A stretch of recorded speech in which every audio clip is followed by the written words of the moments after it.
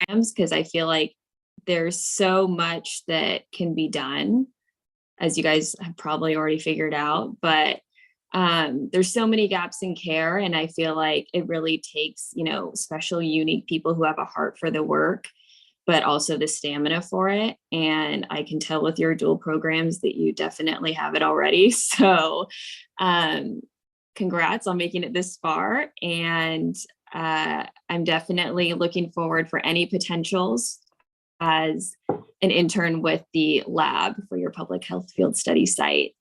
But I think if we can start with very brief introductions, if you can just kind of say your name, your year, and maybe, why you chose this track or what you hope to do with what you've learned from this track. Should we popcorn? Okay. I popcorn Eleanor. Hey, hi, I'm Eleanor. I am going into my second year. I think we're all going into our second year. I'm in the comm program. And what I want to do with this track, I took a bunch of criminal justice classes in college and worked within a couple prisons and jails. And so going into medical school, I've been thinking about going into specifically being a physician in a detention center. So just trying to make sure I have like the best knowledge of different, factors that they face and things like that, and being prepared. For popcorning, I will popcorn to Ashley. Thanks, Eleanor. Hi, everyone. My name is Ashley. I'm in the comm program with Eleanor and just finished my first year. Let's see. I guess the reason why I chose this concentration is kind of just because it felt right for me. I've done a lot of work with community health, and naturally in that you have kind of lots of unique experiences with the incarcerated population in those communities, or people who just, were released and stuff like that. So I thought this would be a really great opportunity for me to learn more about an area of public health that, I think isn't really talked about enough. So with that, I will popcorn to Sada. Hi, Annika. I'm Sada. I actually have been to your the Equity Safe Space. It's pretty awesome what you're doing. Thank you for providing us that safe space. I just finished my first year in pharmacy and getting to my second year. Before starting this track, I wasn't really sure what I wanted to do. I was thinking about infectious diseases, all sorts of other things that I wanted to do. And then we had a guest speaker from San Quentin.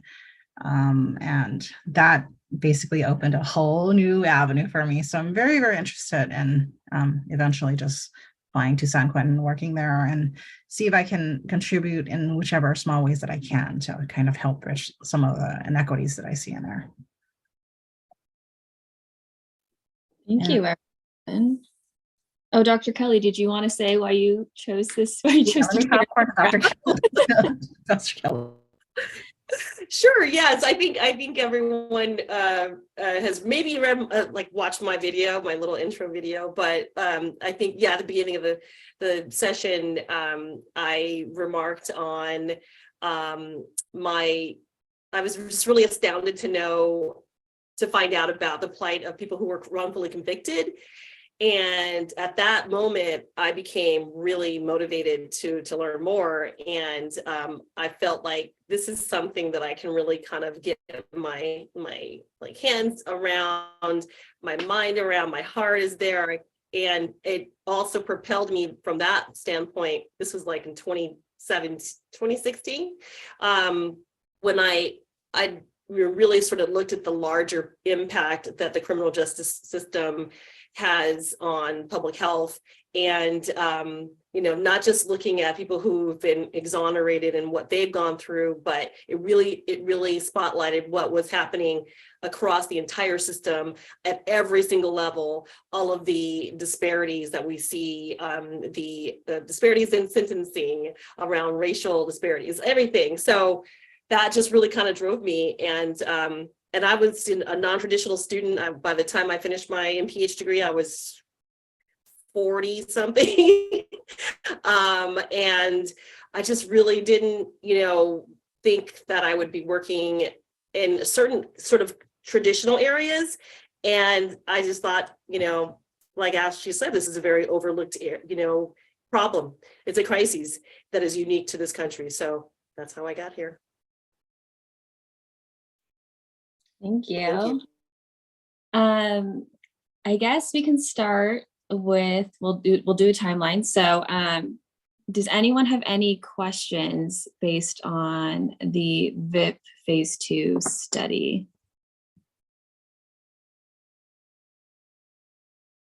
Or comments, either one. I have a question. So when I was looking through, the PowerPoint and watching your lecture, I know it's not a very eloquent question, but I just really wanted to ask you, now that you've done all of that work, which was really alarming, really took me time, to sit with like those statistics that I'd never seen before. I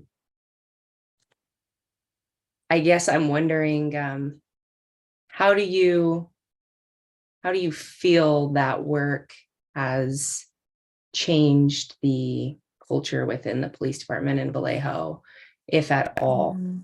Do you feel pessimistic about it, or do you feel optimistic? Like, I just kind of want to know more about your perspective. That's a great question. I think, when we came into this work, me and Jasmine especially, I think you come into this work with a lot of roles coming in. It's me being a shared community member, and then me being a researcher, and then me being, a professional that's now doing evaluations on BPD and their community service, and then also trying to pair it with my passion with like health policy and how is this data going to back changes. And then Jasmine's coming in, and I don't want to completely speak for her, but I know she kind of came in with the same kind of complex role, where it's like she came in as a resident, like she's from Vallejo, born and raised. She's in those over-policed neighborhoods where there's very high hostility, and she experienced it, as a child, and then hearing, the community voices in a data form where it was very reflective of like a professional consultant group that is not from Vallejo, that, really doesn't understand the embedded history and all the layers to it, but just looking at it from, a review of operations and kind of culture. I think at this point, I think someone kind of asked a similar question at the conference we presented at, and it was like, have you presented this data to VPD? And we're like, would it matter? Like, because like I said, our data was reflective of the OIR report. Community members have spoken about, specific problems, and then the overall picture at city council meetings with them. There is literally a web page that BPD has where you can submit anonymous messages on feedback on anything, whether it's reporting, whether it's something that was unreported and it was just an engagement with the police officer, whether it's you were never responded to, like you can submit that message anonymously. And the fact that all of these very, basically hard evidence of numbers doesn't seem to change the way that they do things as far as transparency and communication.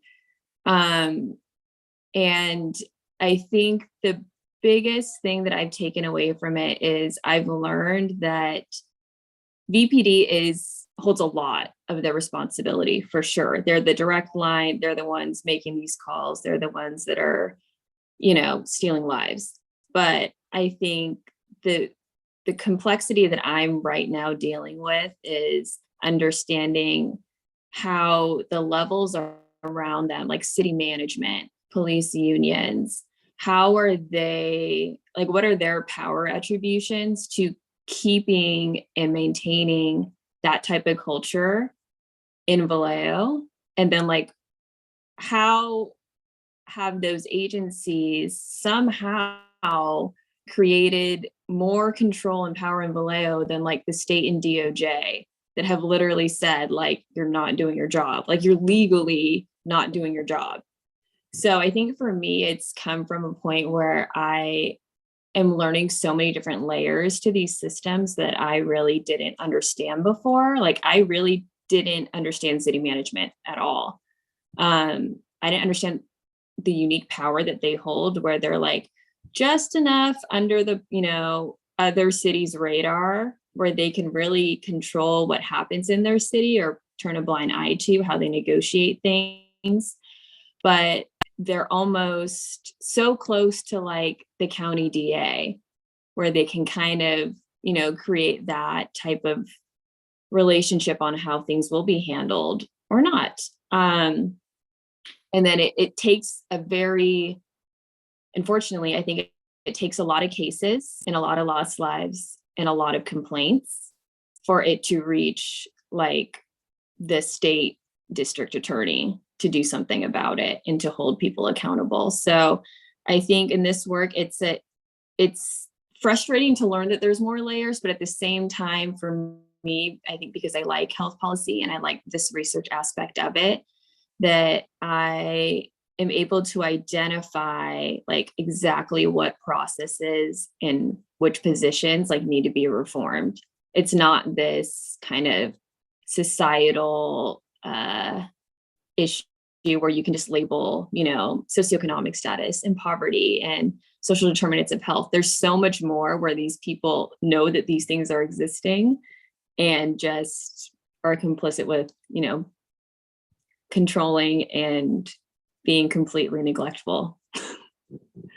But that's a long explanation. So yeah, frustration, but definitely motivating to like keep digging and identifying, because I think that's really the way to make change that's going to be sustainable, because it's so front facing, where it holds people in a position to be effective, and as well as, to like continue doing the job that they need to be doing.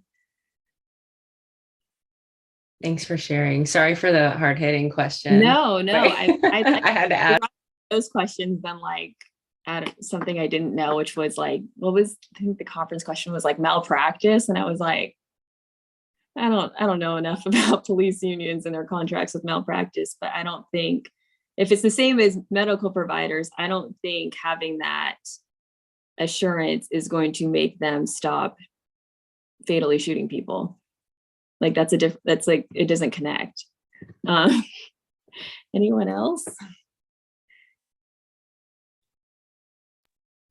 I had like kind of a logistical question, just thinking about like kind of with our other classes and like research design and things like that. So I know in your study, like a lot of, like, I think you had a high proportion of like white like people that responded that were white, or I think Asian American. And I think especially for like a police related study, sometimes like they're getting a racial demographic that matches the city can be really important. Like how is that something, like if you were to do the study again, because obviously you didn't know that and you couldn't control it and you couldn't like screen for people's race.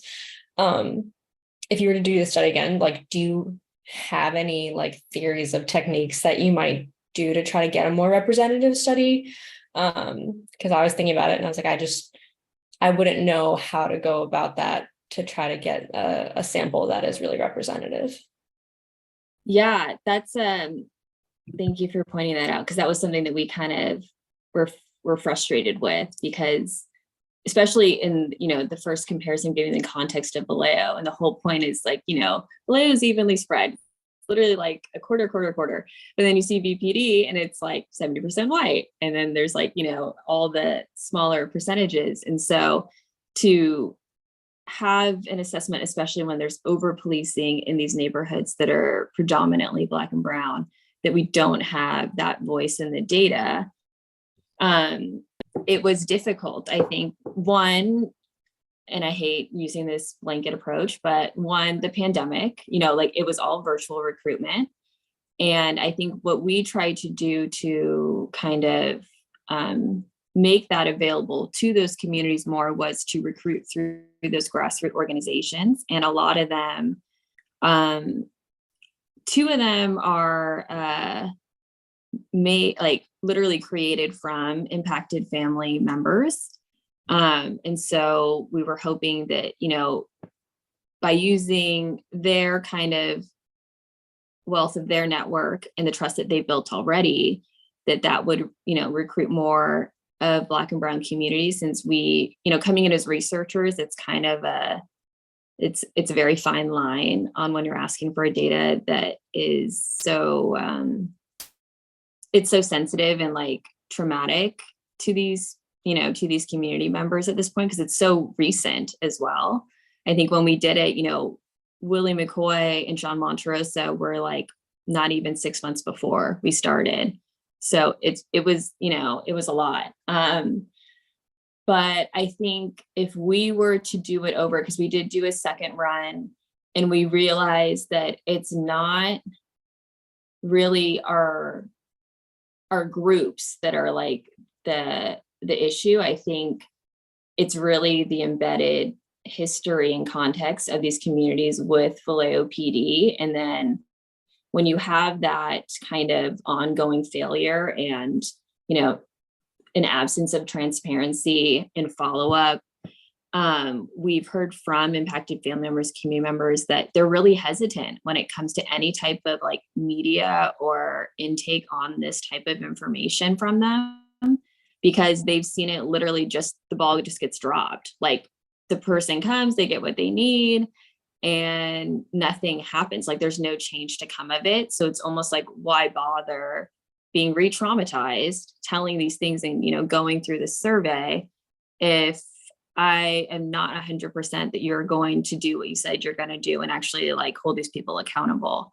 So I think if we were to do it over, and I think, it's not really something where it's like a makeup call. It's something that I think we should do regardless, is really create relationships with the family members, no matter how long it takes, and to now have them be a part of the data dissemination process. So I don't think we mentioned this in the presentation, but them and Open Vallejo, I don't know if you guys ever read anything from them, but they're really big on news reporting in Vallejo, and they're really good at connecting kind of those system structures and helping people understand like why Vallejo is so unique and what's going on.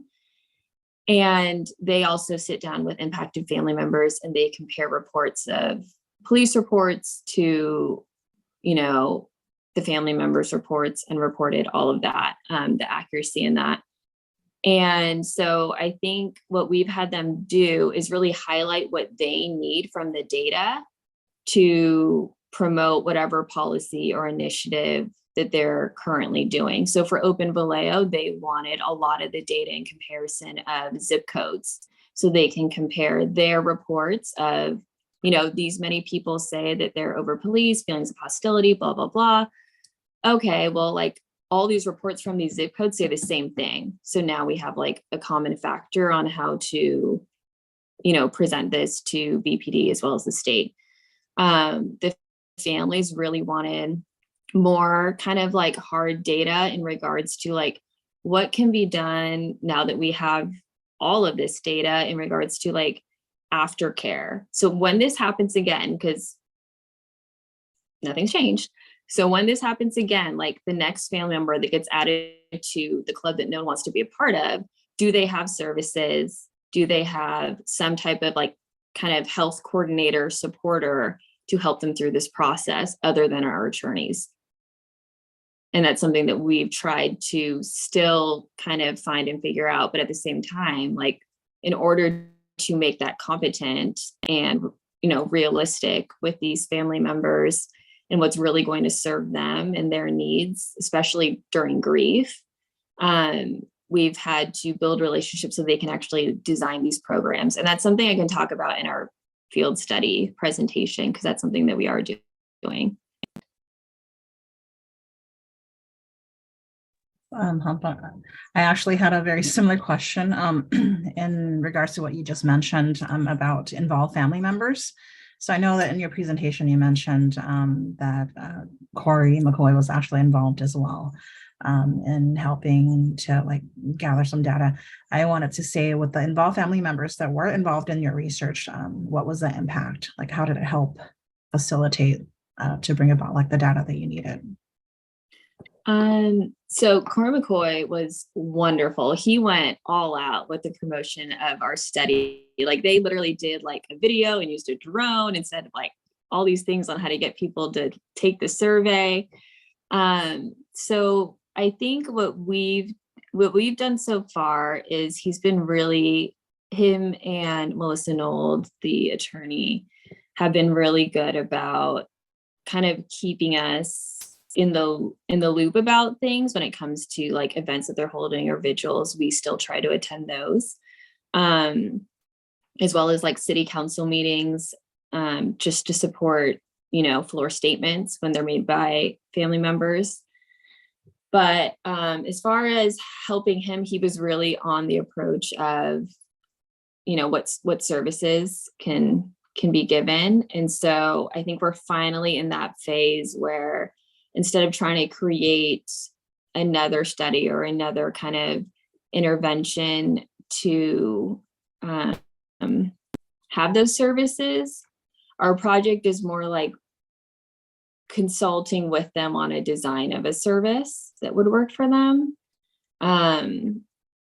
rather than having it be like an intervention. It's more kind of just like a collaborative design project, where they're consultants, but also kind of users of some VR software that we're looking at. Thank you. I thought that was pretty awesome that you're involving like the involved family members. I'm sure they feel. Yeah, I mean, we're very appreciative that they're open to it. I know it's a lot on their plate, and it's a lot to ask to, can you teach us? They have so much on their plate. So I think it's something that we've learned that it's, when they do let you in, it's something that we take with like really big honor that, that we are able to be on a side where they have confidence in us and a side that they're starting to trust us. Cause I think, as certain cases are ongoing and more things are found out, I think it can be really hard to trust people in the community, especially from kind of more external agencies like institutions or consulting groups. So, but yeah, Corey McCoy's been really good, and same with Chris and her sister as well, who are a bit of the William McCoy Foundation and a bit of FAM.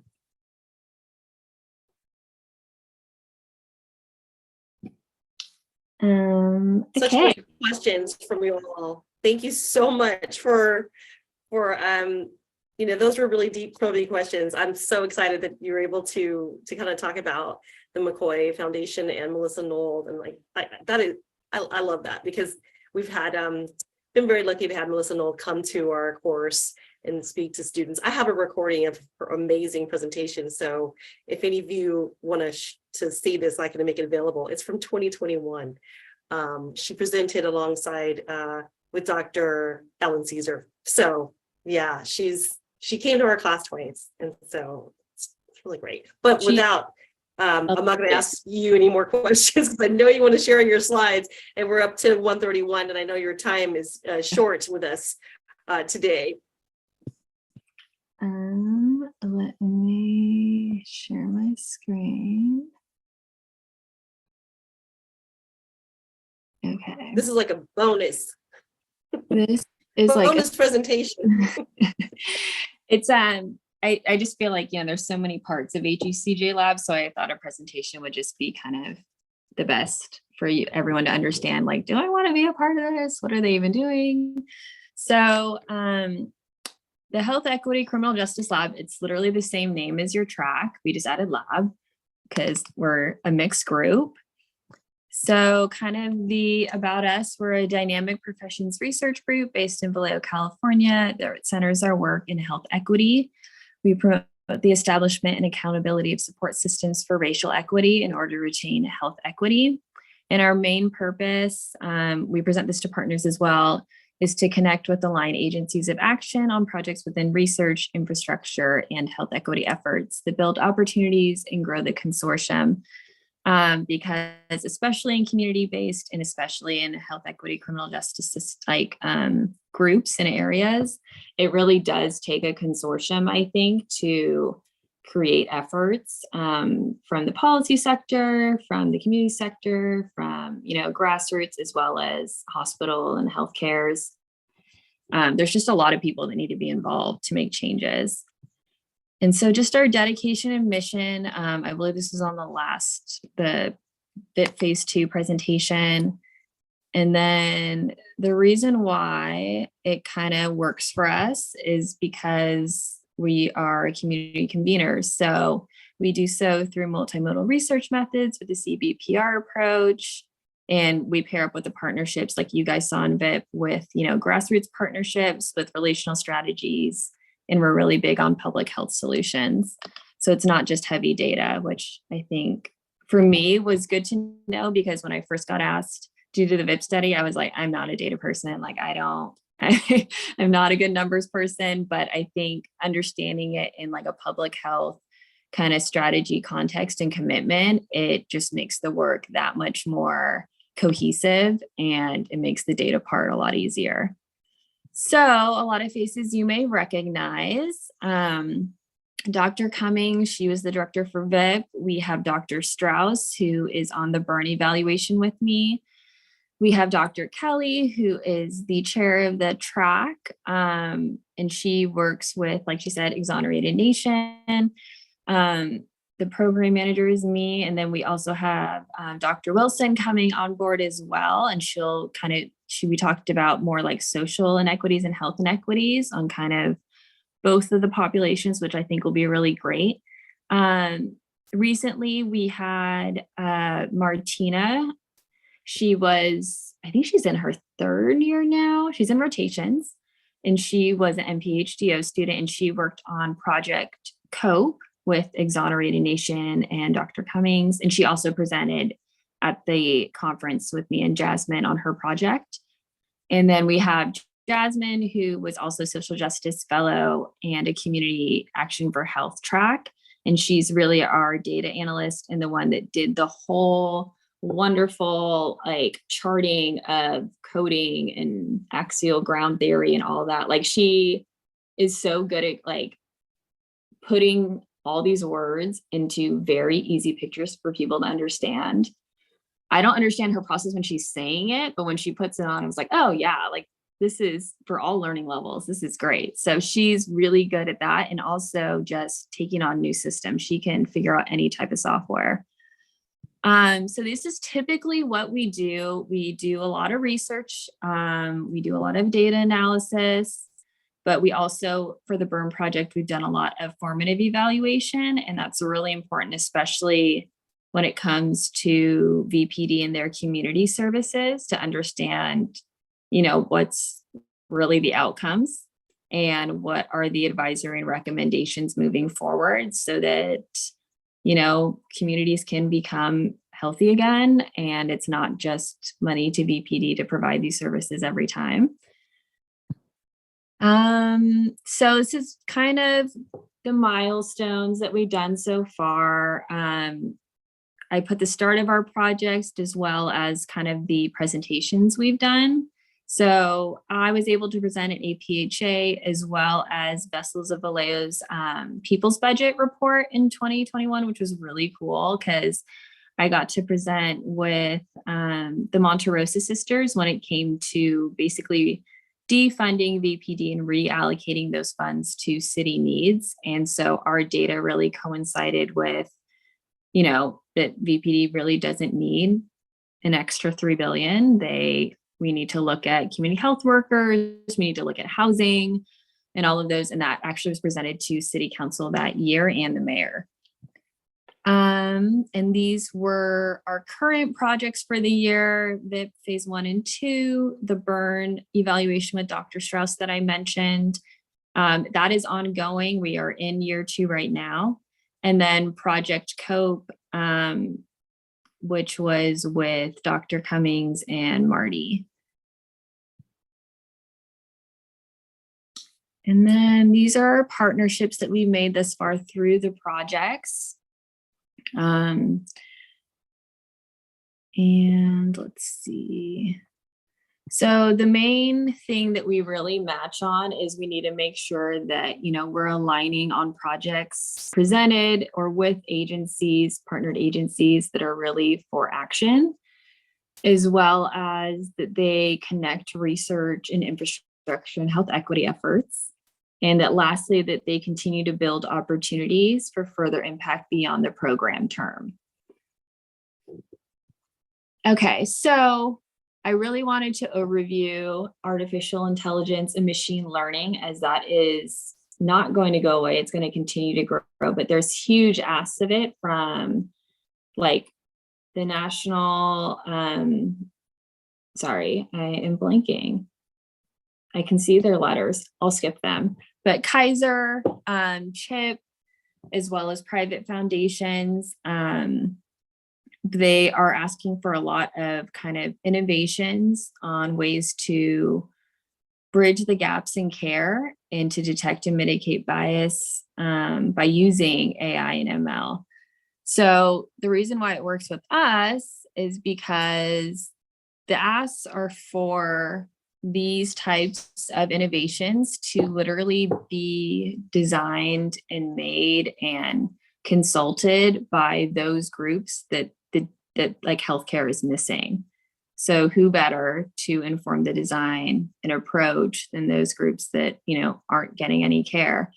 And it really helps with the funding infrastructure, as these groups often, you know, don't have the hard infrastructure of funding to create these types of systems in the workforce for them because they're already doing everything else.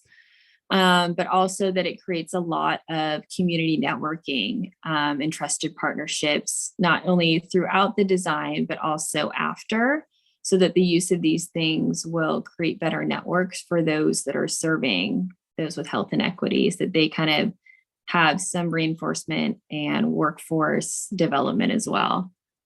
So that all comes together with these 2 projects that we are currently starting this summer, which is the name, by the way, is not permanent. I just made it up quickly.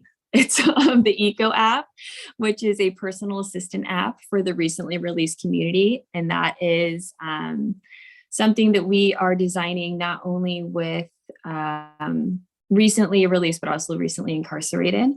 And then our VR program, which is what I mentioned when it came to the impacted families, we're looking for therapeutic programming for exonerees, as well as those that were impacted by police violence.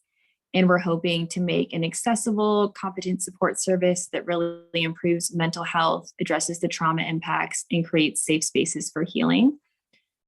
So the team for both is our lab, Exonerated Nation, Solano Connects, because they already kind of have the mental health app. So they'll be really good on consulting and, you know, helping us kind of design those extra traits that we need, as well as they have really strong roots already in the community with their health navigators. And so it'll be good to just create, you know, more of that network that we were talking about, as well as the kind of pilot period of the app to be used.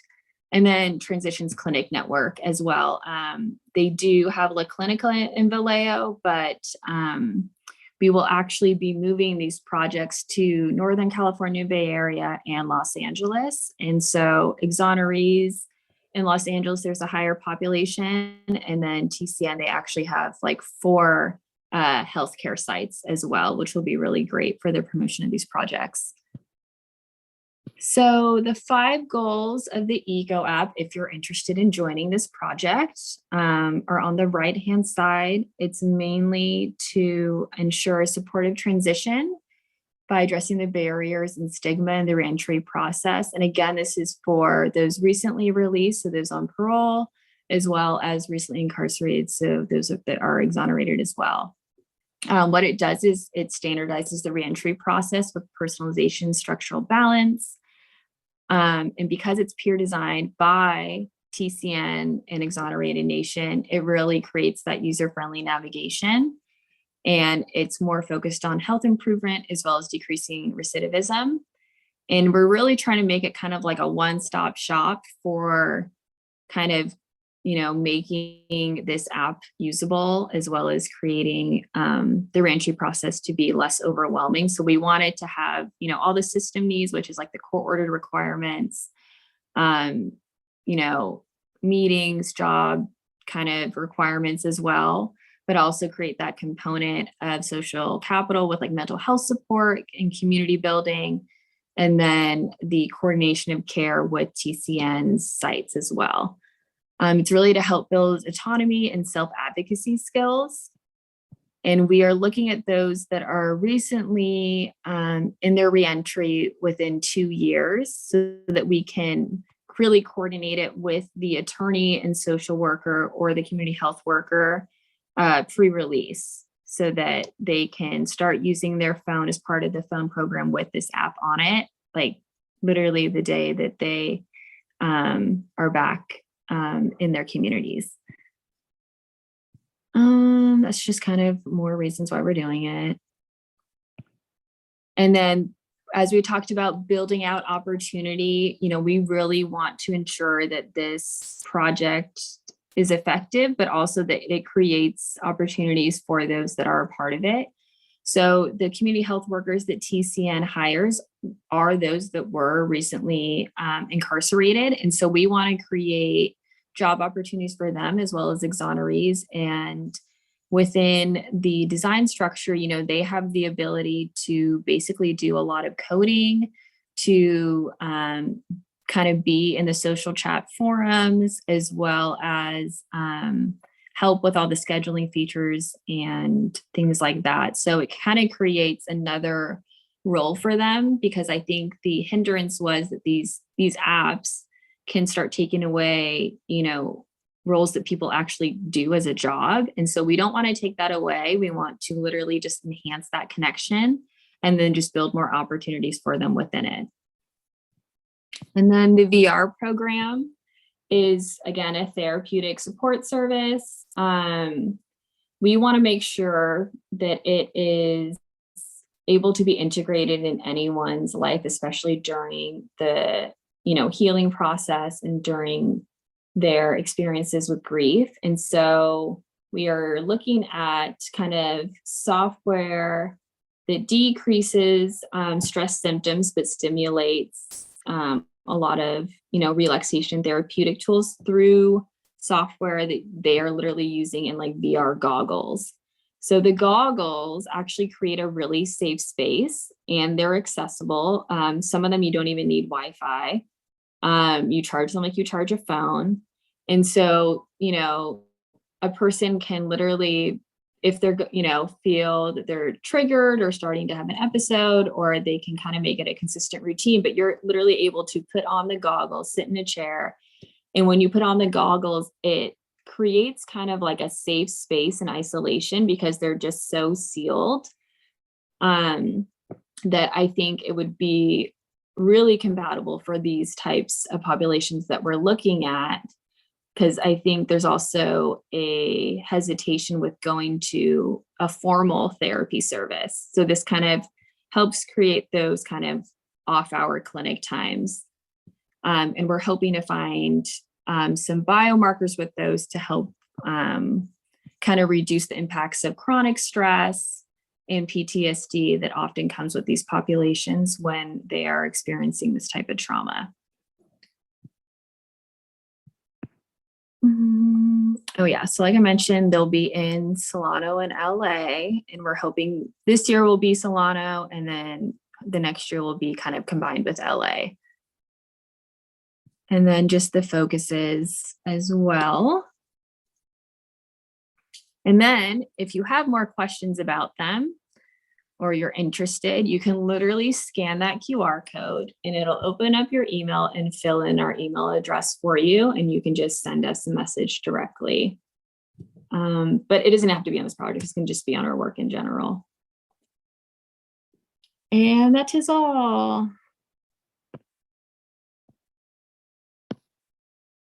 Wow. Okay, I'm so excited. And I have lots of questions, but I'm going to hold them for now. But oh my gosh, thank you so much, Annika. This was tremendous. I mean, this is such a great, these are great projects. I do have one question for these opportunities that would be starting this, you're going to be starting this summer. How soon would you envision including student researchers or interns for, to support them? I mean, I'm so greedy. See, I'm just straight. I would definitely be happy with this summer. I mean, I'm doing proposals right now, but we are starting the piloting and blueprint of kind of comparing apps right now for the Eco app and consulting. It's like the first kind of stage of consulting with those groups on what their current needs are, as far as their just like internal campuses, and then like the system needs for what they would see in the app. And then the VR, I keep calling it the goggle one, the VR program. We are now just comparing software. So it's really kind of testing that software and just taking in a record of stimulants that either are negative or positive just by the use of the software, and then consulting as well in kind of that first stage with the programs on their perceptions of what they see as positive and negative stimulants, and testing out just the very samples of software to see what we can piece together. Oh, that's fascinating. I never thought of VR being used in this capacity, so I have a lot to learn. A lot to learn. This is fascinating. I do want to allow some time for questions if you have any time. Annika, I know you have to leave us soon, but just wanted to open it up to the class. Should they have any inquiries? And I know if we think of questions later, we can always reach you later. And I love the new Gmail address. So I can't wait to see what the new website would look like. We haven't even talked about that yet, but I could just see website, Google Sites, or maybe even something better. Online booking.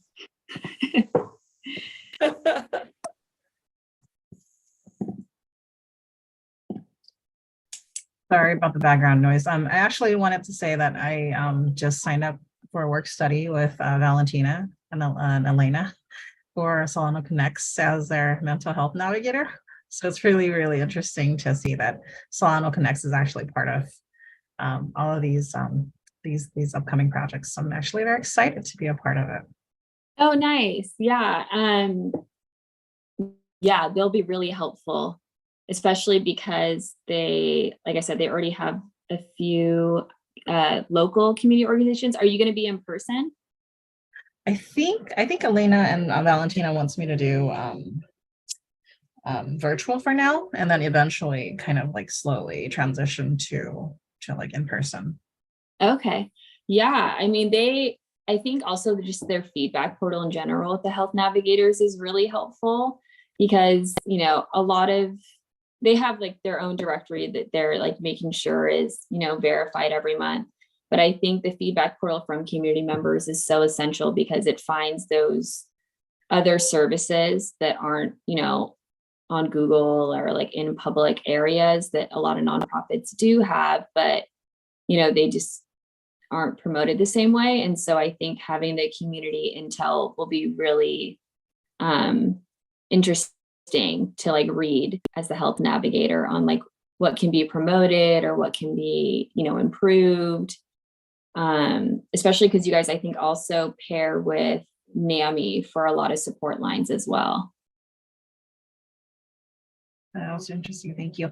Back on that note, like for now, how are you guys thinking about sort of like promoting this to I guess like the current prison system for like the incarcerated and those who are former persons who have been incarcerated, so they know that there's these resources they can use. Yeah. So what we tried to do is really have kind of those that already are constantly in touch with this population. So TCN, not only will they be a consult, but we are utilizing as well as hoping to get an award where we can provide them another community health worker. But basically their community health workers would really promote the app when they're on visits, and also after appointments with the healthcare provider is kind of like ongoing care. And so the app would be used that way. And then with Exonerated Nation, it would be utilized with the social worker that goes with the attorney pre-release, and that does the kind of welcome package with the phone provided with the app already on it. And they would kind of be the navigator and kind of liaison of it. But as far as training those people, we would really utilize Solano Connects and their health navigators to kind of pair up on how to train the apps to those specific roles within those organizations. Awesome. Thank you.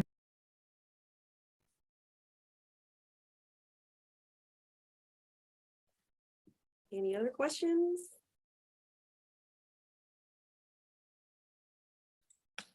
Wow.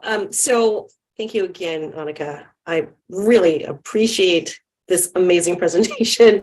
I mean, to me, it's amazing because I'm learning right alongside my class today about these incredible opportunities and the amazing work that you're already building on within the lab itself, and upon the research that you've already been really heavily involved with. And it's just so interesting to hear, not only about the future, but what you're building on with VIPP, and how you not only did all of this scientific research, but you got to actually partner with the families, how they were really involved, and all the allies that are there to support them and really further the work that they're doing.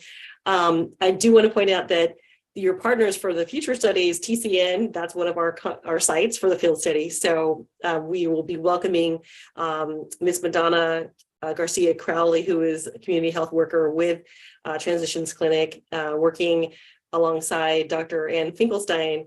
And so they'll be speaking to us later on in the session, the academic summer session. And so, of course, Solano Connects is one of our partners. We send a lot of students their way, and we have a student, I think, interning with them. I want to say now, I can't remember. So maybe you're working with them, Sada, I'm not sure, but yeah, they regularly take on our students. Yeah, actually, yes, Dr. Teresa Hoskins, who's in the DOMPH program, she is working with Elena and Valentina. So two more of our colleagues, and they have, it's just fascinating, all the work they've been doing around the app. So it's just great. I can't wait to learn more.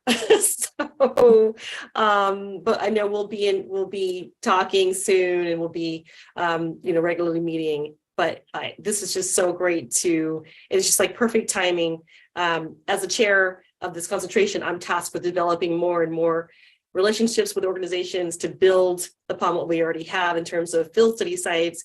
And so we need to right now kind of focus on other organizations that are doing the work on the outside, not just those focused on correctional health within carceral systems.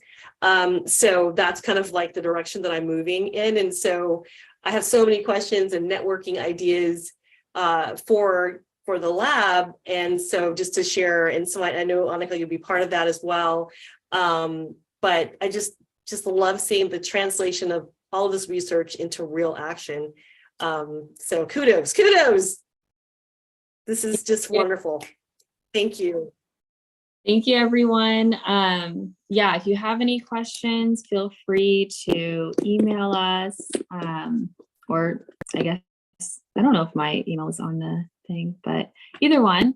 And I definitely will keep Dr. Kelly updated, of course, if she's a part of the lab, but if we have any kind of upcoming benchmarks that we made with either of the apps to kind of promote them in this track as well. So, all right. Thank you, everyone, for your time. Thank you, Dr. Kelly, for having me.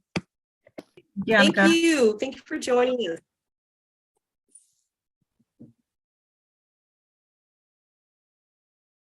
Okay, so we're up to 2 o'clock. I'm sorry, I didn't know that was going to happen. Time management. But this was such a, important opportunity, and the slides were shared with me last night, and I didn't open them until today, and right before class, because I wanted to make sure they were available. And I thought, oh my gosh, this is kind of a dream come true for our concentration and our faculty, and just it's moving so fast. And I don't think that we've all, like Dr. Strauss and Dr. Cummings, we haven't even sat down to talk about this. So it's all like fluid and exciting at the same time. So apologies for the time, because I wanted you to have like a full hour, at least an hour, to listen to Judge Healy. So before I sort of we break for viewing that lecture, I want to just see where everybody's at, because today is also midterm day. And I don't know, I just want to just take a temperature read, see how you all feeling. The midterm is obviously take home, and it's not due until next week. But I just feel like we're a little bit rushed if you're feeling like, okay, I can watch maybe 40 minutes of the judge's talk on diversion, which is really, really great. But he pretty much ends at about an hour, where he's like talking about really important concrete stuff central to the work that he does in Solano County around collaborative courts. And he also works with our guest speaker for today, our other guest speaker, Lisa Uren, who's going to talk to us about mental health and policing, something, kind of in sort of, we want to continue this conversation about policing, but this is specific to different solutions that the county is looking at to reduce the number of fatalities, de-escalate, dangerous encounters between police and citizens. And so, so we thought it was important to have that. So she's prepared a talk for us. She's got about 35 slides or so. She probably will be about a half hour. So, so I want to invite you to watch Judge Healy, who also works with Lisa Uren. She's over at NAMI, so they're friends. They've known each other for years. She's a lawyer, and but I feel like I'm going to be rushing you all if you feel like, okay, I can go back and listen to the judge's talk. And then there's also another recording that I want to give you on part 2 of the lecture, my first lecture, that focuses on the history of the historical origins of mass incarceration in this country, which I think you all have a pretty good handle on. So it's a really short video, but I feel like you'll be cramming all these videos in before you actually look at your midterm. So temperature read, how do you all feel about this take home midterm being opened up today at 5, or would you rather me open it up next week? Just wondering. When is it due? I don't think we can see a due date on Canvas, or maybe I just can't find it. Yeah, so it was going to be due on the 20. Sorry, I'm looking at the wrong class. I was just opening up last semester's class. So so for a week, so it's going to be session, sorry, wrong class still. Anyways, it's due next week before we meet, so that would be the 28th. So you would have today, the weekend. Let me just check myself before I wreck myself. I want to make sure I'm quoting the right stuff. So I haven't opened it up yet, but you should be able to see the due date. Maybe it's not allowing you to see the due date because the questions are still secret. And I can open them up right now because it doesn't really matter. But so they would be due the 28th. So that would be the Wednesday before we meet next week. So how do you guys feel about that? I mean, it's just I know if you have other competing priorities, I don't want to rush it. I don't, because obviously today, I also want to make the recordings available for you. So I'll be uploading them right after we're offline today, so you can watch all of it. So Lisa will be recorded, Annika's recorded, I think Dr. Kaczynski is recorded. I just have to just slightly edit them. So not a huge thing, but I want to make sure you have all that material before working on the midterm. So it's short answer essay questions. You see the rubric and everything. So how do you all feel about that?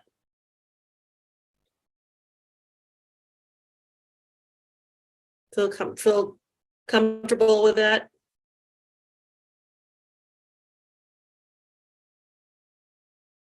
So a thumbs up from everybody. I'm a little confused what the question is. Are we comfortable with opening it up now versus opening it Yeah, up? as opposed to next week. Are Okay. you okay? Because today is like when it will be available, and then you'll be able to start working on it.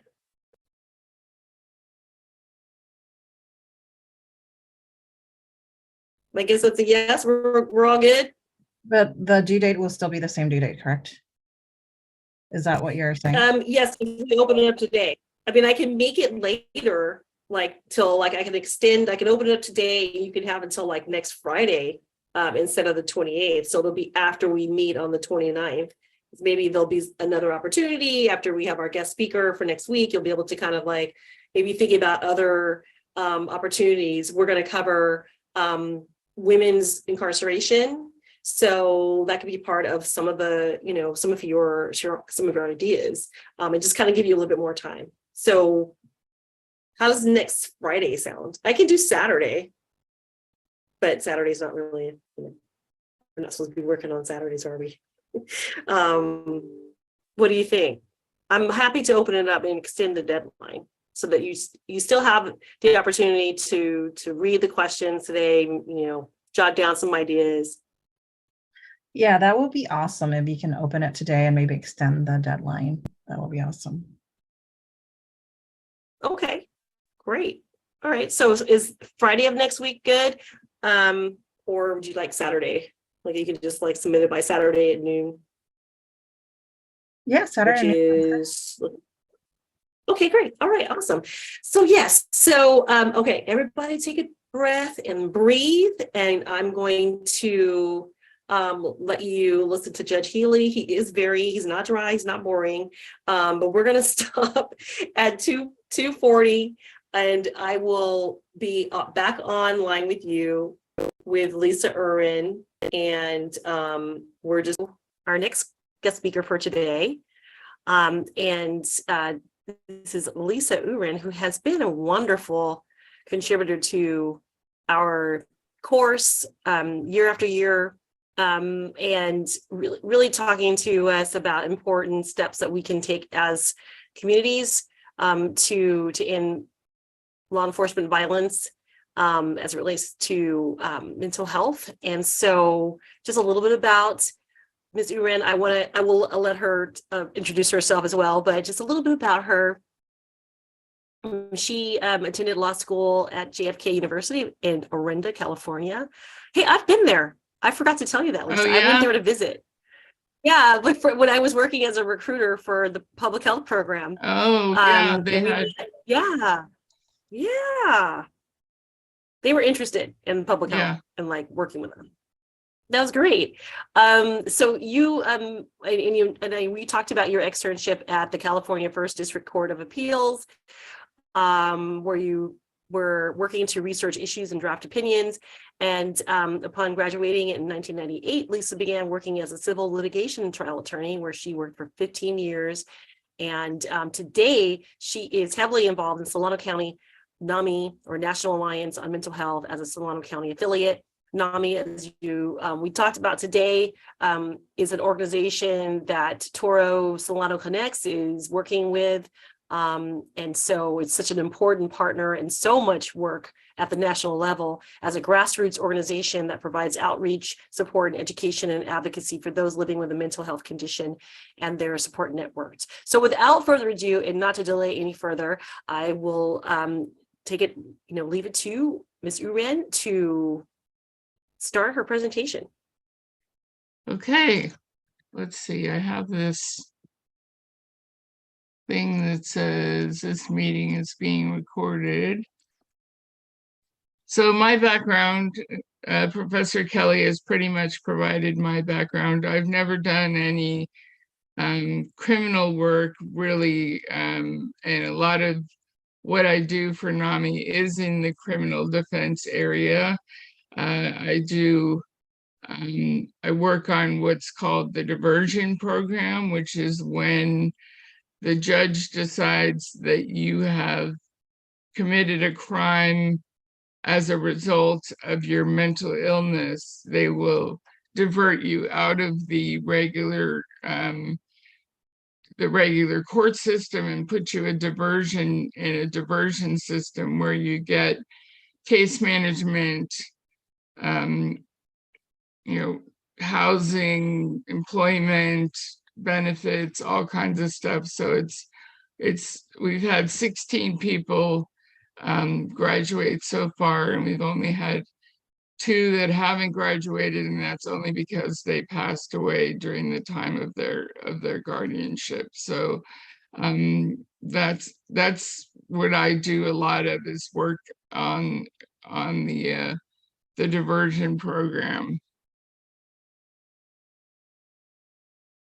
So there are 3 issues pertinent to mental health with law enforcement. First, and you may not see these in the order that they're in until later on, but first is officer wellness, their own mental health, because if they don't have their own mental health, how are they going to help somebody else? How are they going to recognize somebody else's mental health issues? And they're probably not going to react very well if that is indeed the case. We have law enforcement interaction with mentally ill persons, whether or not the law enforcement officer has been trained to manage and recognize the signs of mental health illness. For instance, whether or not somebody can or cannot comply with commands because they're hearing voices, or they just can't comply with the officer's directions, and what happens from there. And then law enforcement activities that cause symptoms of mental illness in a community. So when we're talking about a whole community. For instance, Vallejo has a very large community of people who have gotten into trouble with mental illness, and a lot of them end up in diversion for that reason. Oops, wrong way. So what's common to all of these things?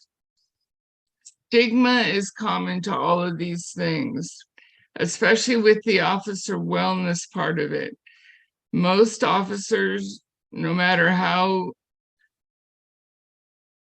advanced they think they are, they think that because of the stigma of asking for help, they see it as being wimpy, and they should be able to do it themselves and put their boots on the ground, and they've got their gun and they're gonna be okay. And that's not really the case when it comes to trauma that these officers have faced, and they've faced a lot of trauma with calls.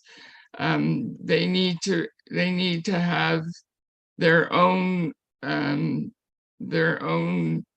treatment, and then also they need to get rid of the stigma they have for members of the community who are have mental illness as well. They need to be trained in what to look for and how to handle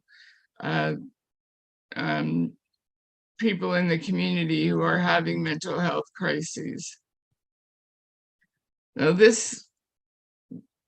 I don't know if any of you have seen this, but this is a a flag that the police officers use to show, many of them use to put on their cars or their trucks or whatever, to show the blue line shows the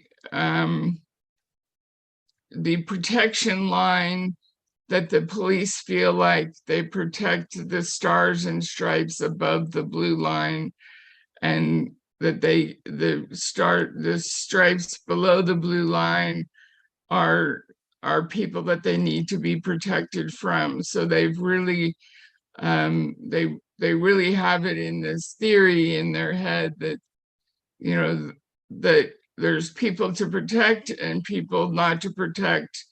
And that's another part of stigma, is you know, deciding who you're going to protect and who you're going to take to jail. So use of force statistics. 1 in 4 police shootings involve a person with a mental health condition. So that's 25%. Per the ACLU, between 2005 and 2016, California had, I have it, 1,200 lethal police shootings. Only 2 were found unjustified. In general, people with a mental illness are 16 more likely to be killed by police. So there's a higher risk of death for mentally ill persons with a known mental illness than those without a mental illness. And more than 50% of police shootings of mentally ills occur inside the home, inside the person's home. Is there a thought that you might have as to why that happens?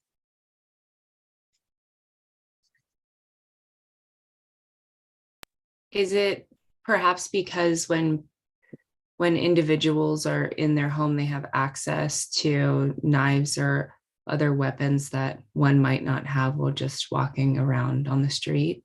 Right. There's that. They feel boxed in. They feel like they don't have any place to escape. And they feel very threatened by the fact that the officers are in their house with their guns on and their handcuffs and whatnot. But yes, having it be outside or having it be inside does make it more difficult. So mental health issue number 1, officer wellness. If an officer is mentally healthy, he's less likely to use excessive force. They're trying to institute confidential support lines so that they're not, so that the stigma of asking for help goes away. They want to increase mental health access. And then again, the barrier to this is stigma. The biggest barrier for police officers is stigma. They don't want to ask for help, even though they may need it, and they may get CIT training. You know, they may get 40 hours worth of training on how to deal with people who have mental health conditions, but they think, oh, well, it's not me. I can handle it myself. I don't need to worry about it. So there's different types. The other action is the types of reaction to unpredictable situations. And that's what we're looking at here on both sides of the coin. The officer doesn't know what they're walking into, and the person doesn't know what the officer's walking into. So hopefully we can train people, we can train dispatchers on how to get the most information and the most helpful information, so that when they're dispatching patrol cars, the police officers have as much information as they can have. So You get into fight or flight mode. I'm sure you've heard that, fight, flight, or freeze. The less predictable a situation is, the lower the cognitive functions.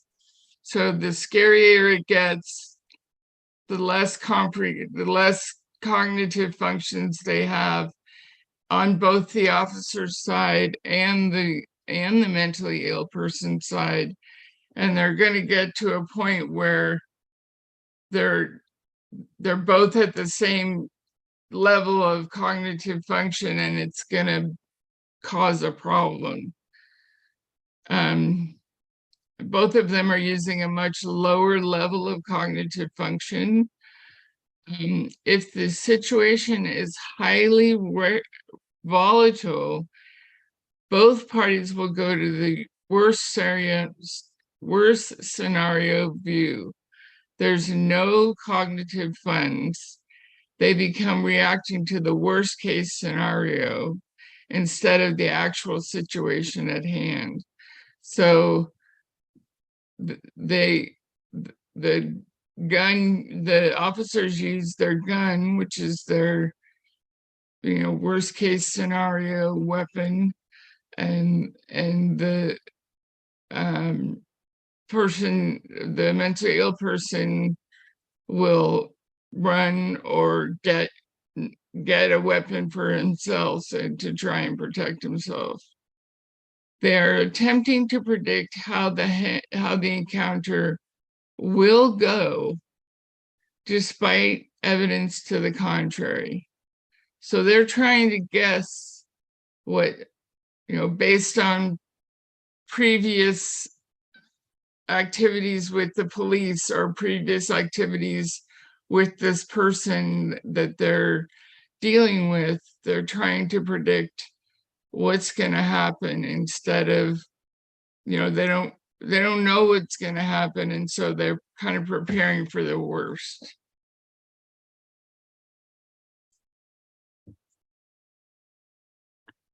So here's a little graphic. You start with dispatchers, right? They're the first line of defense, and we get them trained on critical crisis intervention training to try and get them to get as much information as they possibly can, so that when they're sending the officers out, they're not sending them out to a very volatile situation that isn't volatile. They want to make sure they're sending them to the right level of danger. The dispatcher needs to ask the right questions. The dispatchers and the police officers right now they receive 8 hours of crisis intervention training. That's part of their basic training. But what we're trying to do, NAMI, as a grassroots group, and as part of the community, there's a thing that I'm going to talk to in a minute called crisis intervention team training, which is a 40-hour training. It's a full week of training of what to look for, how to handle it, how to handle suicide prevention, how to de-escalate a situation so that you don't get somebody that's in a bad way before you can help them. So the thing that the law enforcement officers need to know is the person not complying with their orders because they won't or because they can't? Many mentally ill people have disorganized thinking and speech, so they can't understand what the officer is trying to tell them, and they get frustrated and upset and angry, And that just sets off a a powder keg of problems. They're having hallucinations, sensation of something that's not there. Delusions. The most popular delusion is paranoia, and that of course comes in when the law enforcement officer comes in and the person is convinced that he's coming to get them and that they're going to take him away to jail. There's self-harm, suicidal thoughts or action, and they're similar to drug and alcohol abuse symptoms. So those are what the law enforcement officers need to look at when they get to a call. Why do law enforcement officers need to know the symptoms of mental illness? This will allow law enforcement officers to efficiently and safely approach and resolve the situation for the purpose, for the person who's suffering from the crisis, the public, and for the officer. And when I do trainings for CIT trainings, I emphasize the officer part because that's where I get their buy-in, right? That's where I get oh, okay, you're not just making me do something to make me to have another job that I have to do. I have to do 50 other things, and now you're asking me to be a social worker on top of it, So we try and emphasize the fact that this is going to keep everyone safe, especially the officers. So they can get the person into treatment instead of jail and take advantage of certain court programs like the diversion program. And knowing the signs of mental illness can help get the person into long-term treatment instead of jail.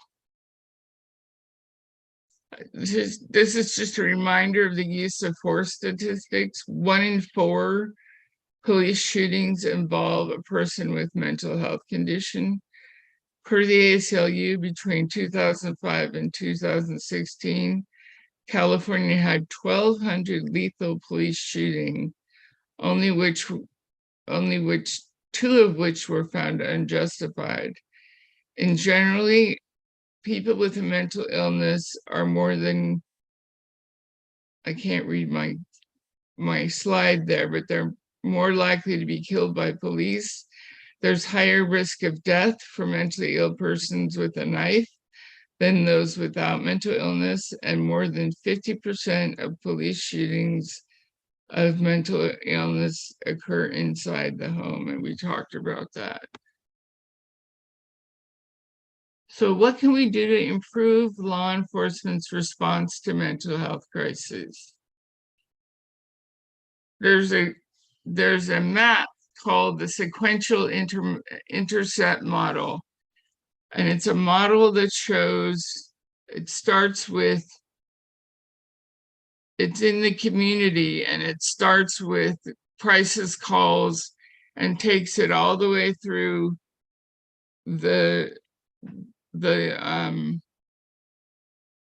all the way through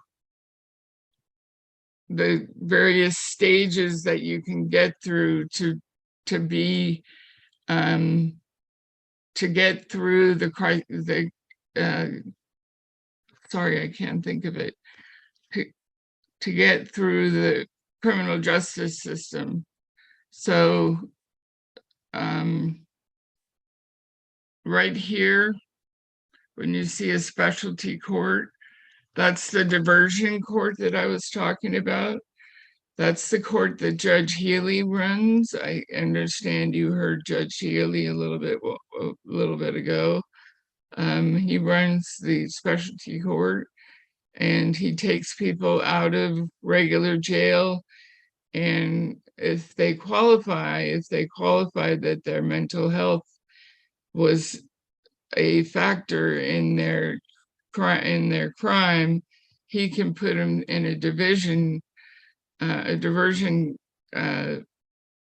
program, have them be out in the community, have them be treated, have them be, we have a peer system where we have peer supports that go in there and help them find housing and medical treatment and reunite with their family, etc., so that hopefully they don't come back. Our main issue with that is we want less recidivism. We don't want the same, people coming in and out of the jails. So the crisis intervention team consists of law enforcement, county behavioral health, and a NAMI representative. And it's based on what's called the Memphis model training. And that's only because it was the county of Memphis in Tennessee that came up with the theory. So it's 40 hours of training versus 8 hours of training. So it gives you signs and symptoms of mental illness for all ages, homelessness, suicide prevention, and most importantly, that we as advocates for people who are in the program, we really emphasize de-escalation and teaching how to de-escalate the situation so that you don't end up in a area where you're in somebody's house and somebody's got a gun or somebody's got a knife and the police officer has to deal with that particular, hopefully they can get that taken care of before it escalates into a shooting.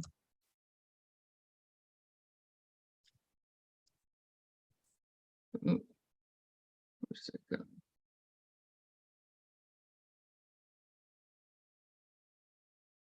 Okay, where am I going?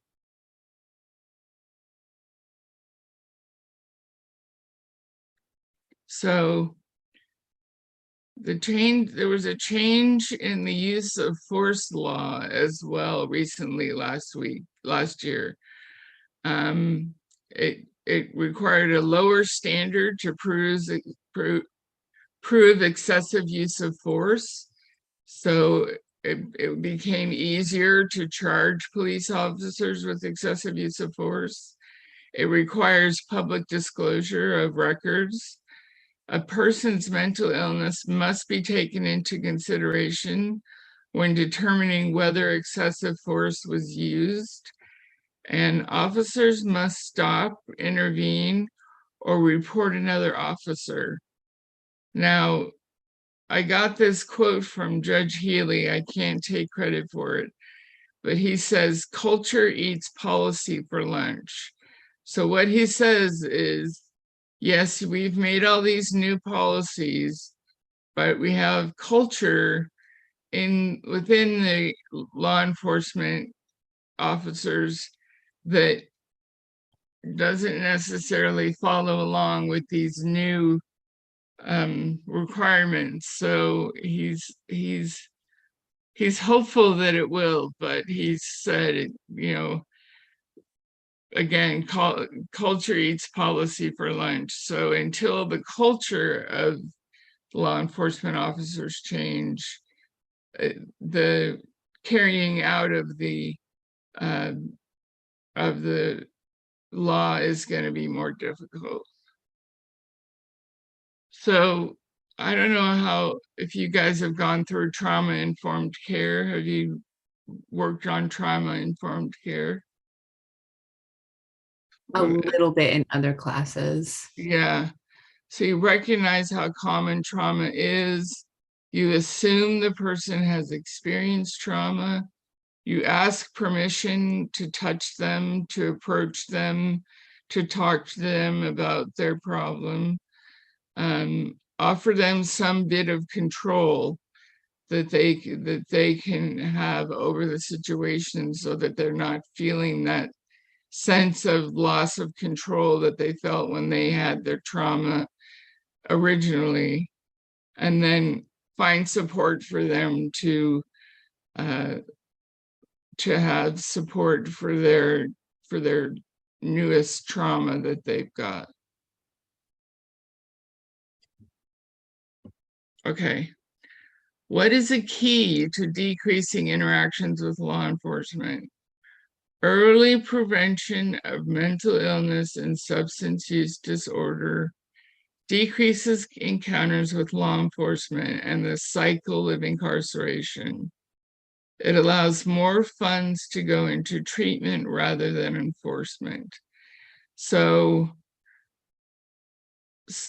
the word has it that from Sacramento, they're trying to use more money for treatment rather than enforcement, but we'll see how that goes. We've heard it before, and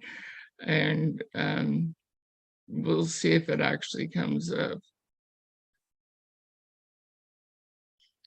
So in a 2015 study, 19% of Black, African American, and 17% of Latinas self-reported that they were treated unfairly police in the past 30 days.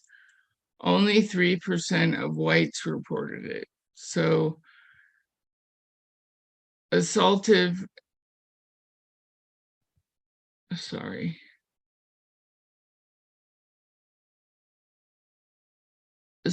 and severe assaultive type physical without a weapon, physical with a weapon, sexual and psychologically, greater adverse psych offenses, psychological and neglectful, not responding to or not following up on calls is two of the areas where the community, where the law enforcement activities don't follow up. They don't follow up with calls. There are some larger mental health unit that are made out of law enforcement that do follow up with calls and do follow along with people. Solano County just doesn't have those resources.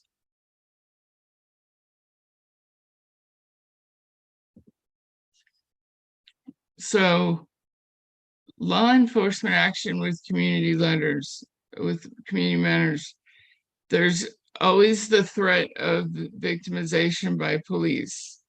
So that's something that certain members of our community live with every day. And that's something that's got to live with as a trauma to them every day. So they live in anticipation of stress based on past action by law enforcement in the community. So neighborhood stories that they've heard, that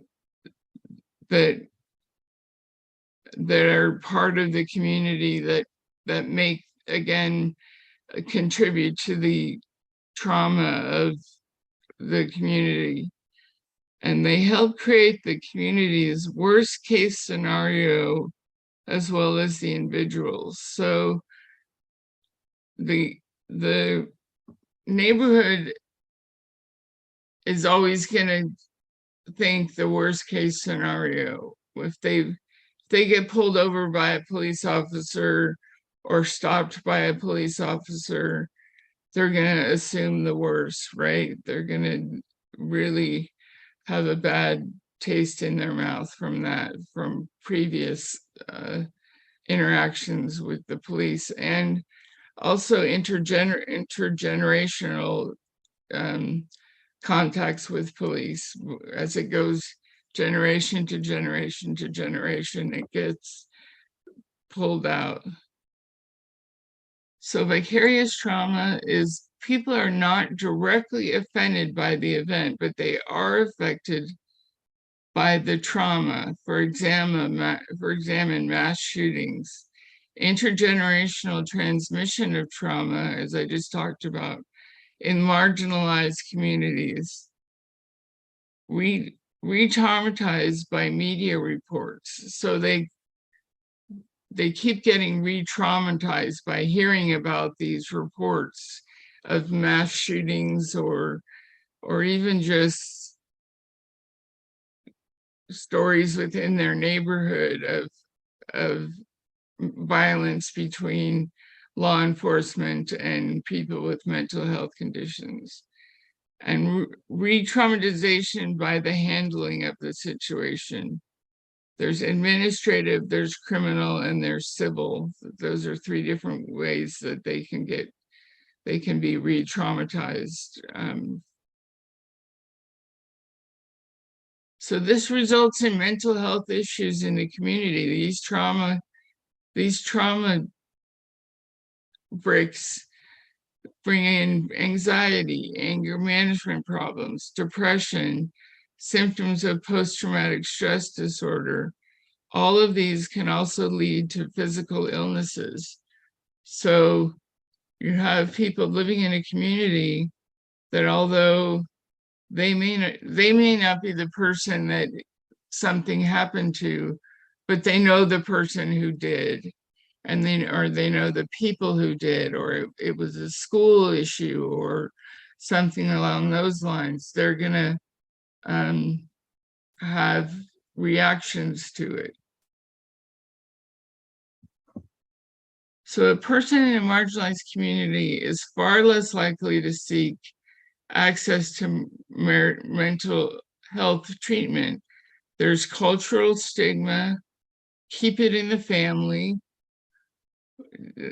A lot of cultures want to keep it in the family. They don't want anyone to know that this has happened to them or that they're having a hard time. Pull yourself up by your bootstraps. You know, you don't need therapy. You don't need to go to a counselor. You can just do this on your own and be strong yourself. Mental health deteriorates, and the mental health deteriorates to the point of mental illness. So assistance is not sought and law enforcement is not called out to help until the situation has reached a critical point, and reducing the officer's options for safe and effective solution. So the people that really need help from law enforcement officers aren't going to get it because they're too embarrassed to ask for it, to be honest, is how they look at it. It's a cultural thing. We'll take care of it ourselves in our own culture, in our own families. And then by the time it gets to the point where they need law enforcement intervention, it's really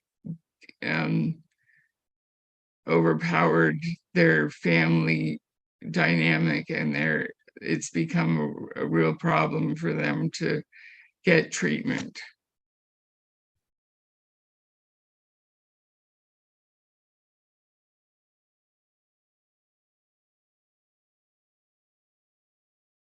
So accepting help, out of 80 of 90 total homeless in Vacaville, only 10% accepted help for the CRU. Findings and priorities: early intervention, housing. 10 to 30% of Solano homeless are usually untreated. Wraparound services. I need to.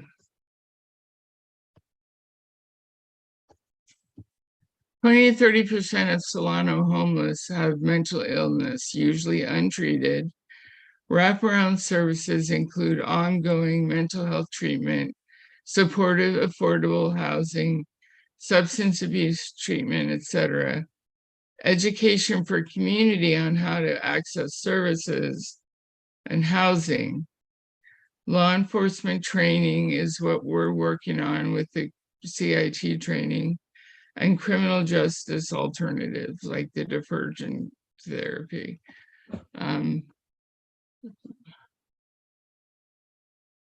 So May is Mental Health Month. We missed it, but next May you can remember that it's Mental Health Month.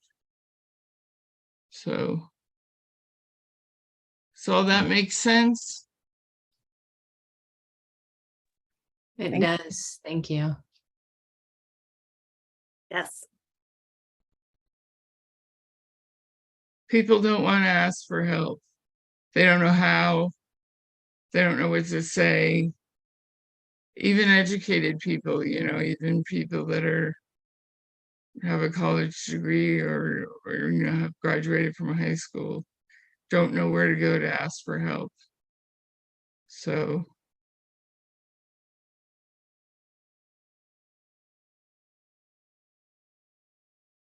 So a quick question for you, Lisa.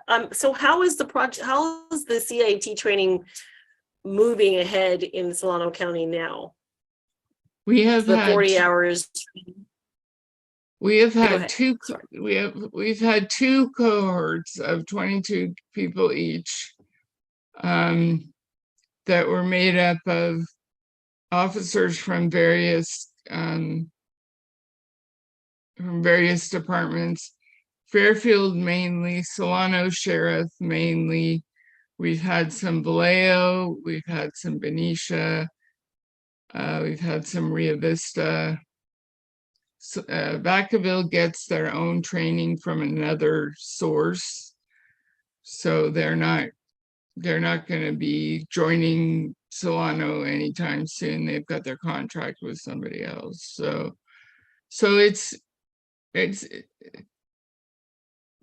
we can only take about 22 to 25 people at a time, and to keep it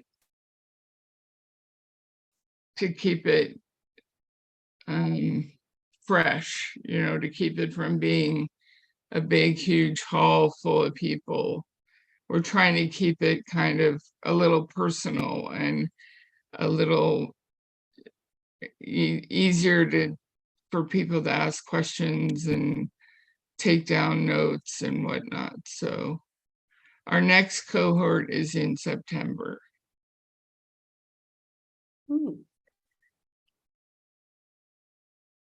So Those we are had good numbers to have. Yeah. Yeah. Well, when do you see it becoming something that would be mandatory? The question, I mean, that's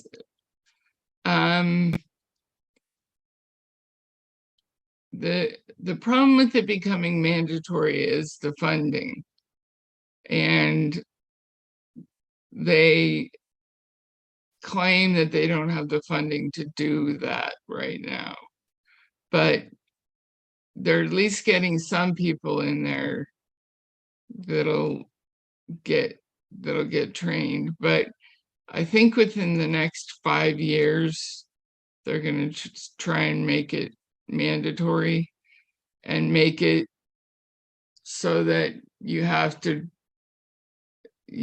also do a re-up, a refresher course, with new information. I mean, we get new information all the time, right? So Right. So we'll get that information also. So Wow, that's really interesting. I mean, I think with just looking at the legislation that you mentioned, so AB 392 was passed and signed into law, and looking at measures that the state has taken, other states have taken to adopt laws and policies to reduce deaths at the hands of police officers, law enforcement. it's something that is really positive, and I think we're moving in that direction. It's just, I would be interested to see what do the budgets look like for most police departments. I think they have been increased under some of the, the new legislation from the Yeah. current administration. And it's like you have all this money to do this type of, to pay for other parts of law enforcement, but there's not enough money to like ensure the public that everyone is going through this really great training. And then there's the other argument that Judge Healy reminds us of all the time, and I think my class is getting this from their other instructor in the other class this summer, like culture, eats policy for lunch. And I hear my boss saying it all the time now because she's co-instructor in that course. So with that, I mean, it's like you can have all the training possible, and that you could be subsidizing it through federal grants and or making it just mandatory where every police department has to have it. But I think that's one thing, and it's promising and it's moving in that right direction, and I think it would assure the public in terms of public safety, which is under the umbrella of public health. But until I think it's like becomes part of the culture, as well as officer mental health, which people don't really like to talk about. It's the other way around when we were talking about the downstream effects. If we don't prioritize their health, Yeah. And they really don't want to admit that they need this training. They don't, based on the feedback that we've gotten from the officers, most of them were pretty positive.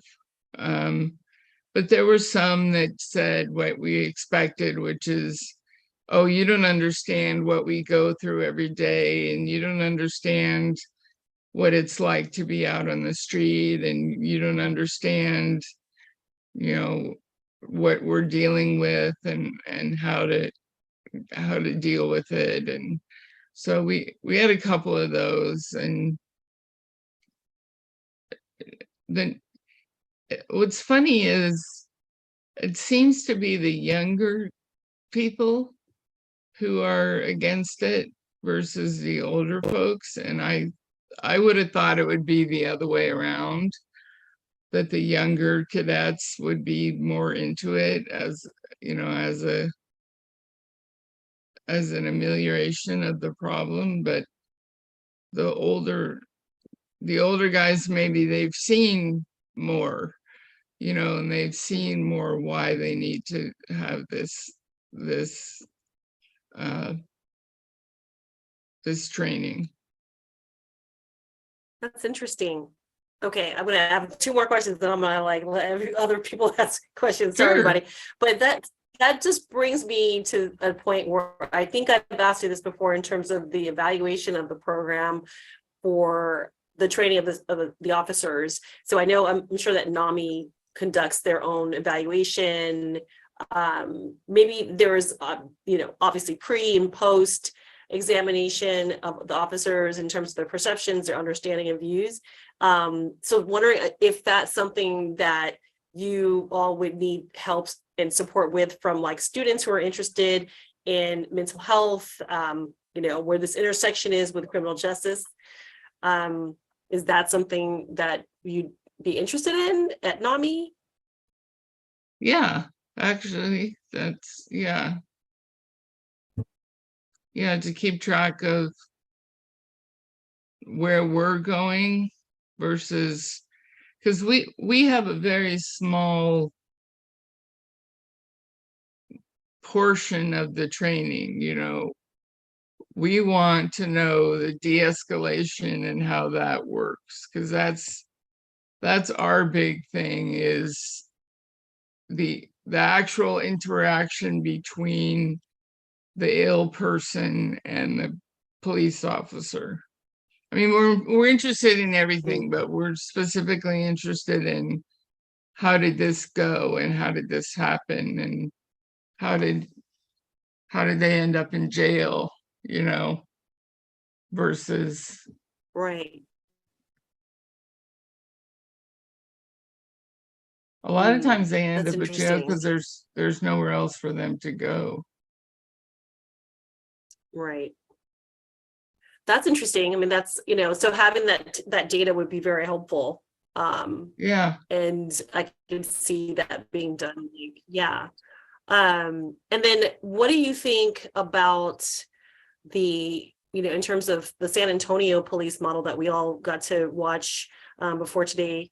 Like, what can we learn? What can Solano County learn from that? I mean, it's so different. It's a different world there in terms of their Yeah, well, unit. it's so much bigger there, and they have so much more money. That's the problem is, we don't have a lot of money, and but I also think we could spend our money more wisely in prevention, and we are working on the sequential intercept mapping. We've started a project with the sequential intercept mapping to see where on that map we're falling through gaps. So we're working, it's on a nationwide basis. So we were one of the counties that got chosen to, as a small to medium-sized county, to work on that sequential intercept model. So That's interesting. yeah. That's really great. Wow. Well, I know we're at 3:34 p.m. today, but I just wanted to open it up to you all for any questions if you have for Lisa at this time. Sorry, my throat's kind of sore. Yeah, you asked the Oh, question. sorry about that. I think you asked the question I wanted to ask about CIT. That's been kind of implemented, and she already answered that question. Oh, great. I'm going to, in August, I got a scholarship to go to the CIT International Conference it's in Detroit of all places, but I'm going to go and hopefully learn a lot more about how different places do different things. For it to be an international thing, I'm going to find some gem of a piece of information that hopefully I can bring back and say, hey, look, they tried this in this country and it worked. And so That's really great. How I'm exciting. I'm hoping, so excited for you. yeah, I'm going to Michigan next week, but I'm not going to Detroit. I'm going to Traverse City for a vacation. Oh, Full disclosure, everybody. I'll be on vacation when we meet next week, but that is awesome. I'm very excited to hear what you learned. yeah, well, we're really trying to get county behavioral health, law enforcement, and NAMI to really work hard together on this project. And it's been a bit slow, but I haven't given up. It's really important. Well, I'm so glad you haven't, because you've been working at this for a while now, and there has been real movement. There's been real results. Yeah. So, I mean, in terms of and having this training available now at this level, I remember the very first time that you came to our class to talk to about it. It was sort of in its infancy, and so this is really interesting. And I was looking at the MHD, the mental health department, their funding for their unit in San Antonio. It's all funded by the council. The city council actually allocates taxes to this. It's just like, if a city can do it, you know, why can't a state do it? We're Right. one of the richest, we're like a small, rich country. We're, you know, if we were a country, we'd be one of the Right. richest on the planet. So, you know, it's just, it's slow, but public health is slow. You know, just all of this is very slow, but it does seem like there are some steps that are being taken Yeah. to protect the lives of our citizens. So, and I wanted to know, how are the dispatchers trained in the CIT chain? Because theirs is probably a lot different. Of course, they have to be trained to ask the right questions. Is it similar to the model that we saw in the film? It's similar to the model that we saw in the film. Yeah. They Mhm. don't get as many, they don't get 40 hours of training. They get, I think they get 12 hours of training, but they learn how to talk with the law enforcement officers, you know, and use certain buzzwords and use certain, you know, words to let them know that they're walking into trouble, you know. Right.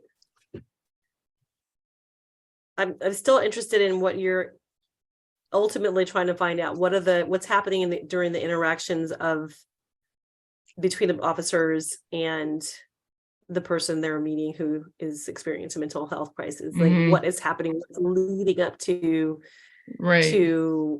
that's very, you know. And so I know we've read about it, a lot of it this week, and a lot of the what you covered in your lecture has been highlighted in a recent study that we also read about same week. And in terms of like Vallejo and residents and what their responses to surveys and interviews, and it's just really reflective of what you have shown us today and the data that you have collected at NAMI. It's just, you know, a recurring conversation that we're having in terms of the perception of police officers in Vallejo specifically, and their, you know, their failure to follow up, adhere to protocols, and, you know, everything else. And being dismissive of That's a big certain, part. you know, issues. Yeah. Not being professional, like just like basic things you would expect from your peace officers. But Yeah. so I just want to thank you for this really kind of, you know, going deep into some of the work that you've done, and excited about your upcoming conference and what you'll be learning for the use of the sequential intercept map. Yeah. Well, we'll see. I'll see what I can Well, grab out of it, but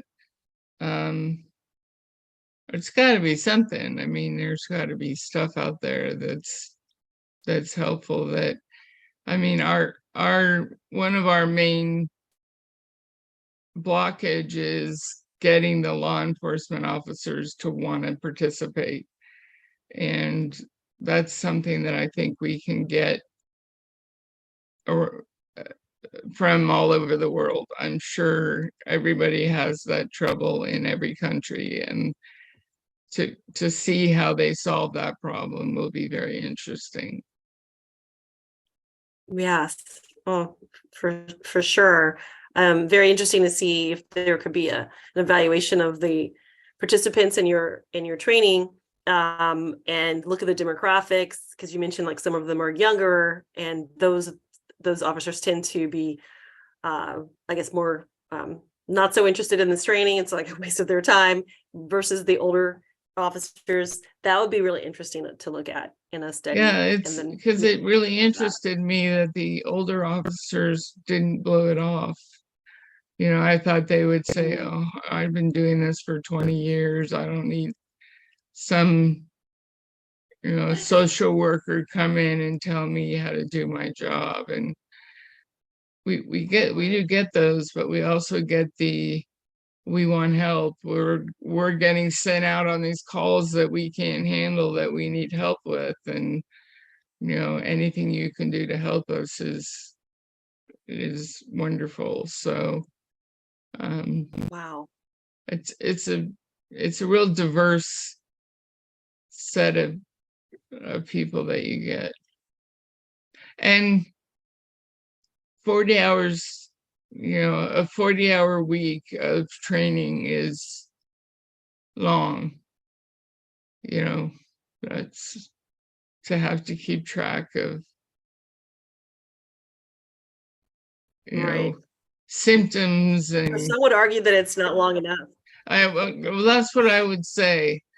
That's what I would say. I would break it up and make it more like a week every 3 months or something, and break it up like that, so that but the Yeah.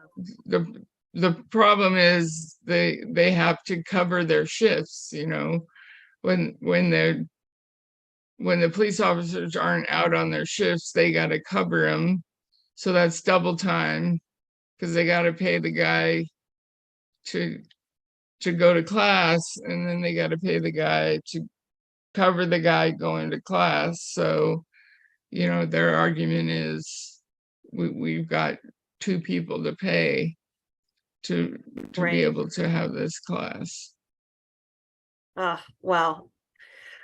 Well, I want to thank you again, Lisa. This was a really Sure. good part of our conversation today. We've been focusing on law enforcement and mental health and police violence in our surrounding community. So it's just been a great part of this conversation and adds to our learning. So I really appreciate you being Great. here with us today. Sure. And thank you so much for a great presentation. It was just a pleasure.